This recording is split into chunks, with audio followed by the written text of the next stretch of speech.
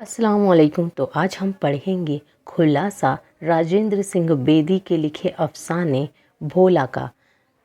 राजेंद्र सिंह बेदी ने अपने अफसाने भोला के इब्तिदाई हिस्से में बताया है कि माया एक बेवा है जो अपने बच्चे भोला और ससुर के साथ बेवगी के दिन गुजार रही है।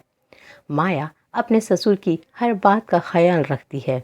ससुर भी इससे बहुत प्यार करते हैं और इसका ख्याल रखते हैं।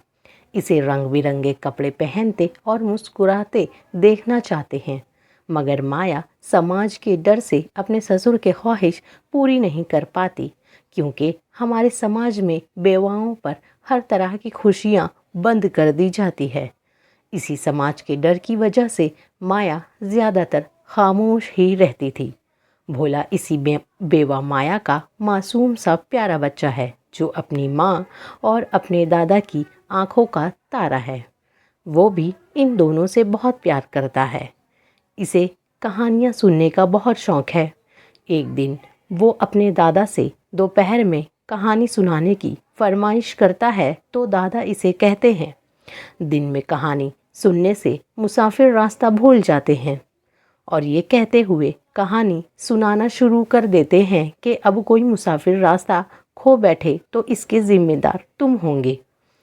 भोला ये कहानी सुन तो लेता है, मगर इसके चेहरे पर खुशी की कोई झलक दिखाई नहीं देती, क्योंकि अब इसके दिल में ये डर बैठ जाता है कि मेरे मामू आने वाले हैं, कहीं वो रास्ता ना भूल जाए।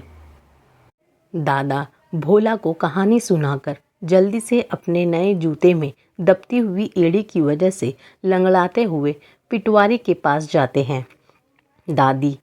दादाजी जब अपनी ज़मीनों की पैमाइश करवा के वापस आते हैं तो भोला उन्हें खेलता हुआ नज़र आता है, मगर खेलते हुए भी दरअसल वो अपने मामू का इंतज़ार कर रहा है। इसीलिए तो वो अपने दादाजी को चिढ़ाते हुए कहता है, मामू जी ऐसी मिठाई लाएंगे जो आपने ख्वाब में भी ना देखी होगी। माया भी दिन ही से अपने भाई की मुंतज़िर है, मगर रात हो जाने पर भी जब भाई घर नहीं पहुंचता तो वो मायूस हो जाती है और अपने ससुर से कहती है, बाबा जी भैया अभी तक नहीं आए। दादा इसे तसल्ली देते हुए कहते हैं कि तुम्हारी राखी डाक से भेज देंगे। माया ये सुनकर खामोश हो जाती है और सबके खाने का इंतज़ाम करती है। जब सब लोग लेट जाते हैं और माया चिराग बुझाने के लिए हाथ बढ़ाती है तो दादाजी ये कहकर उसे चिराग बुझाने से रोक देते हैं कि आजकल बहुत से ऐसे लोग आसपास घूम रहे हैं जो बच्चों को उठा ले जाते हैं, इसीलिए दिए जलते रहने दो। रात में जब माया की आंख खुलती है और वो भोला को नहीं पाती तो वो दीवानों की तरह चीखने चिल्लाने लगती है और बाल नोचने लगती है और फिर बेहोश हो जाती है।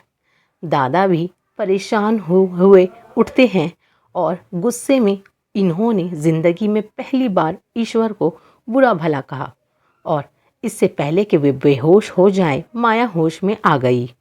तब दादाजी को इत्मीनान हुआ और इन्होंने आधी रात को एक आदमी रिपोर्ट लिखवाने के लिए थाने भेजा जो गांव से 10 मील दूर था। अभी कुछ ही देर गुजरी थी कि अचानक दरवाज़ा खुला और मामू जी ने बताया कि वो अंधेरे में सचमुच रास्ता भूल गए थे, मगर भोला के चिराग ने उन्हें रास्ता दिखाया और वो घर तक पहुँचे।